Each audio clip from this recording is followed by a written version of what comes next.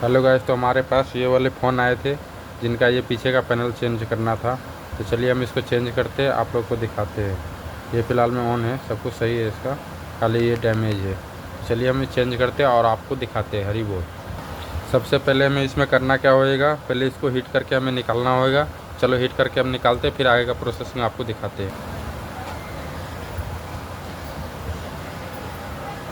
ये रहा हमारा न्यू पैनल, देखिए सेम है। तो चलिए हम इसको लगाते हैं और फिटिंग करके आपको दिखाते हैं। तो ये देखिए हम पैनल लगा दिए हैं और एक नंबर। अरे वो